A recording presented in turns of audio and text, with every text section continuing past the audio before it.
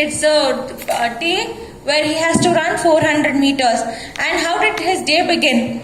The day of the meet dawned brighter and clear. So it was a very bright and clear day. As I made my way to the stadium, I noticed some men who were surrounded by senior officers and their families. So now, when he was on his way to stadium, because they'll be running races in stadiums only, right? Big stadiums wherein tracks will be drawn and you need to run in one particular track.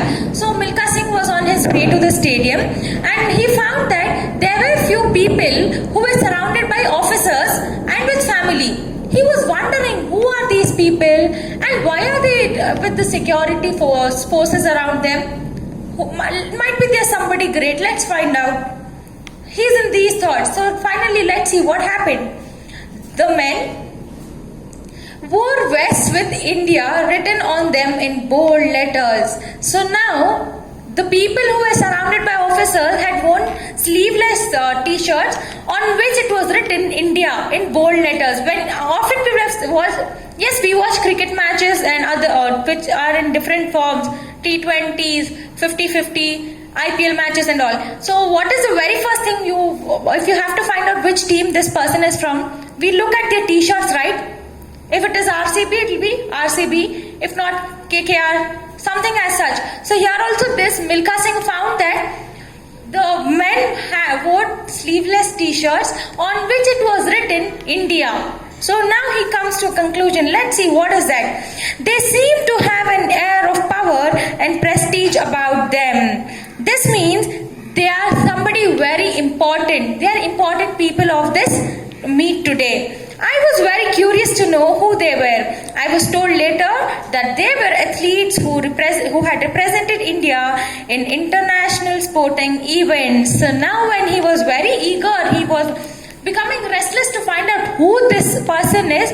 Finally, when he found out, they told that they are athletes, they are fastest runners and they have represented India not only on national basis, on international basis, they have come up with flying colors and they have brought name to our country. That was my Eureka moment. I made a solemn promise to myself that I would not rest until I earned a place in that special world too, the world of Indian athletes who had the privilege of representing their country. So here, that was my Eureka moment. He's telling, this was the moment where I made up my mind, telling that I will never give up and I will never waste my time unless I don't become an athlete like them, wherein I get an opportunity to present myself in front of other countries. At this point, he realizes that what he wants to become. This is what is meant by Eureka moment. So Eureka moment for Milkha Singh was, he decided what he has to become at that time, and from then on he promised to himself, I will never rest unless I don't become an athlete like them.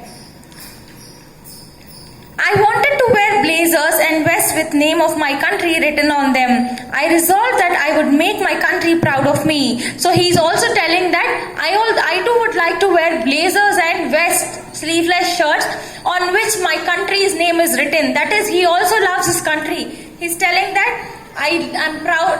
I want to make my country feel proud about me, so that I can also wear blazers and vests on which India is written boldly. See how we all learn about his dedication, his love for the country, and moreover his determination for what he wants to become. I was very nervous when we reported at the starting line before the race. Now it's finally the time to run on the tracks. Obviously for example, exhibition was conducted last year, isn't it? When it was a practice session, you all were very free. You all never felt like there's somebody else. It was all your friends and teachers who came to you all. But on the day of exhibition, what did you feel? A bit nervous, scared? Because you didn't know how it will be. You are confident with what you've prepared, but still you have that fear, will I be able to do it or not? So here also, when Milkha Singh went and stood on his starting point, he was a bit scared.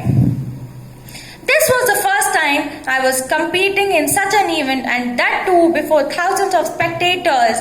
I had little idea about the procedures and the technicalities for such events. He's telling that never in my life I have run in these kind of events. This is the very first time. It's not an event where 2-3 people are standing and watching. It's crowd of 1,000 people, and he's also telling I do not know any procedures and rules for this event.